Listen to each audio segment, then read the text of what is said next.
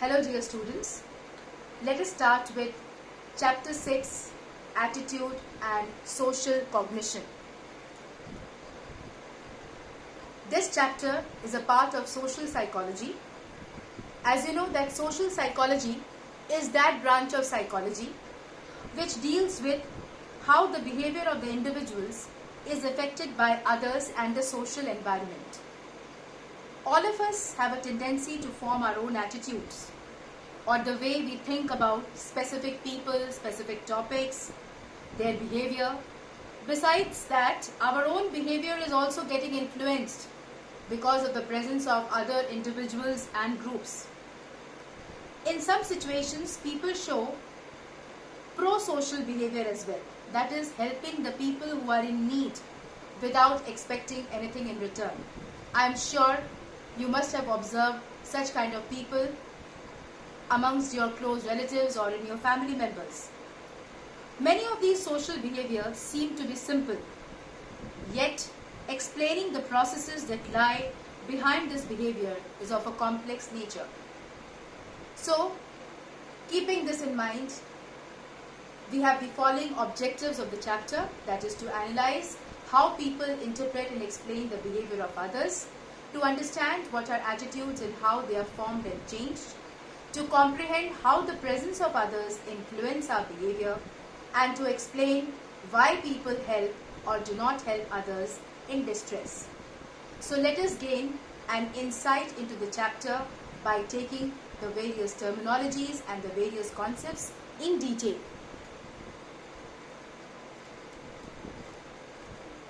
Attitude. Attitude refers to our overall evaluations of people, groups and objects in our social world. Reporting an attitude involves making a decision concerning liking versus disliking, favoring versus disfavoring an attitude object. An attitude object could be a political party, it could be a person, it could be a topic like women empowerment, world peace. So what are your likes and dislikes about a particular political leader? Why do you favor him or why you don't favor him? All gets covered under your attitude. 70 years ago, Gordon Allport asserted that the attitude concept is the most indispensable concept of social psychology. That statement remains valid today. The study of attitudes remains at the forefront of social psychological research. So attitude is a psychological tendency that is expressed by evaluating something with a degree of favor or disfavor. Attitudes are learned or acquired. They are predispositions to respond. They are evaluative, that is favorable or unfavorable, or directed towards something like an attitude object. I would also like to focus upon the term impression formation. What happens when a person goes for a job interview? He tries his level best to create a favorable impression on the interviewer. So when we meet people also in our social circle, we try our level best, to cast a good impression on them. And also we make inferences about their personal qualities. This is called impression formation. We are also interested in why do the people behave the way they do. That is, assign causes to the behavior. When we are assigning causes to a particular behavior, it is referred to as attribution. Impression formation and attributions are influenced by your attitudes, collectively referred to as social cognition. The three processes which we have just talked about, attitudes, impression formation and attribution, they are collectively referred to as social cognition. Social cognition is activated by cognitive units which are called schemas. Schema is basically a mental framework, that gives you a kind of direction regarding, it is a kind of shortcut which gives you, a kind of direction regarding what kind of attitudes you are already holding in your mind.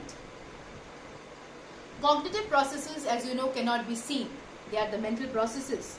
We have to infer them on the basis of externally shown behavior. There are other examples also of social influence in forms of social facilitation and inhibition. That is the improvement or the deterioration in performance in the presence of others. That means in the presence of others, is your performance at the peak or it goes down? So when it is at the peak, that means it is social facilitation, and when it is declining, it is referred to as social inhibition. Pro-social behavior. Responding to others who are in need or in distress is referred to as pro-social behavior. Social psychologists, they have shown that one must go beyond the common sense and folk wisdom in order to explain how people observe and make sense of their own and other diverse behavior. It is possible to establish logical cause and effect relationship that explain social behavior through systematic and objective observations and adopting scientific methods. Now we come to the nature and the components of attitude. As you can see from the slide, attitude has three components: cognitive, affective and behavioral component. The affective component of attitude refers to feelings or emotions associated with an object. Affective response influences attitudes in a number of ways. First, attitudes are influenced by the emotions that are aroused in a person after exposure to the attitude object. For example, spiders make some people feel scared, and this negative affective response is likely to produce a negative attitude towards spiders. In addition, feelings influence attitudes via processes like classical conditioning and mere exposure, because here the environment repeatedly pairs the object with other stimuli that elicit a particular emotion.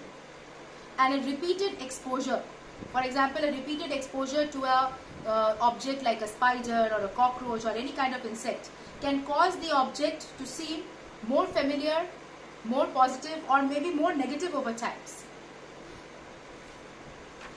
The affective component is followed by the behavioral component, which is also known as the conative component.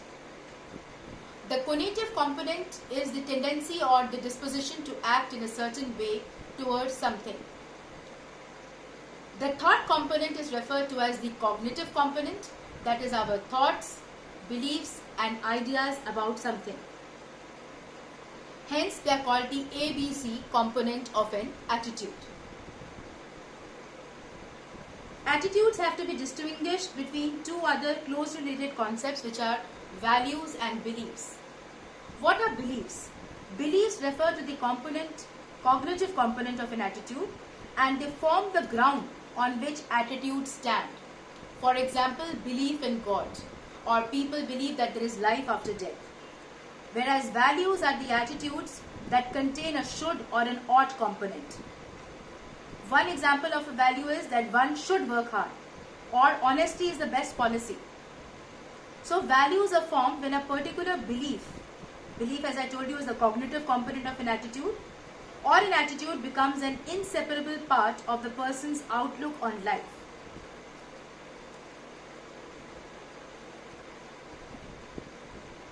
So you can see the slide which explains about attitude, belief and values. So values can be principles which are of great importance. Belief is an idea that is accepted as true without any facts. And attitude is a way of thinking or feeling with regard to someone or something. So what is the purpose served by an attitude? We find that attitudes provide a background that makes it easier for a person to decide how to act in new situations. For example, attitude towards foreigners may indirectly provide us with a mental layout or a blueprint for the way we should behave whenever we meet a foreigner. In addition to the affective, cognitive and behavioral component, attitudes also have some other properties. These properties are valency, extremeness, simplicity or complexity and centrality. So what is valency? The valency of an attitude tells us whether the attitude is positive or negative. Suppose an attitude or towards a particular political party has to be expressed on a 5-point scale, ranging from very bad, that is 1, to bad, which is 2, 3 is neutral, neither good or bad, and 4 good to 5 very good. If the individual rates his view towards a political party as 4 and 5, that means he has a positive attitude. On the contrary, if he says that my rating is 1 or 2, then in that case it is negative. So that means he's thinking something bad about that party. A neutral attitude towards a political party would be shown by a rating of 3 on the same scale. Coming to extremeness, how positive or how negative the attitude is known as extremeness. For example, taking this same example, or maybe we can change it like, what is your attitude towards nuclear research? Suppose you have given it a rating of 1, it is an extremely negative attitude.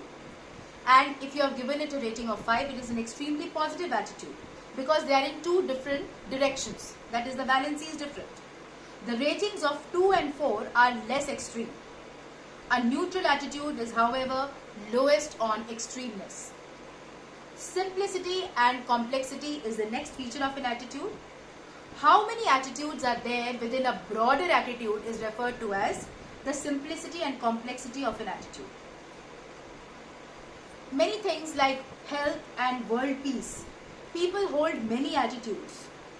But whereas if I ask you about your attitude towards a particular person, you may have an attitude which goes in a single track. So attitude system is said to be simple if it contains only one or a few attitudes, and complex if it consists of many attitudes. Next we come to is centrality of an attitude. This refers to the role of a particular attitude in the attitude system.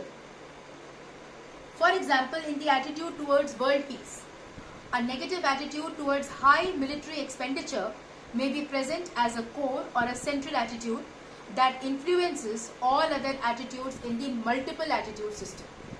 Just now we talked about that multiple attitude system, because when it combines many attitudes, like for example, again taking that example of health and well-being or world peace, the attitude system is likely to consist of several member attitudes, such as one's concept of physical and mental health, views about happiness and well-being, and beliefs about how one should achieve health and happiness. But attitude towards a particular person is likely to consist of only one main attitude. So each member attitude that belongs to an attitude system also has ABC components. So with this, we come to the end of this particular session, which focused on attitudes. Let me recapitulate this once again. Today we have talked about what is meant by an attitude, which is overall evaluation of people, their viewpoints, about groups and objects in the social world.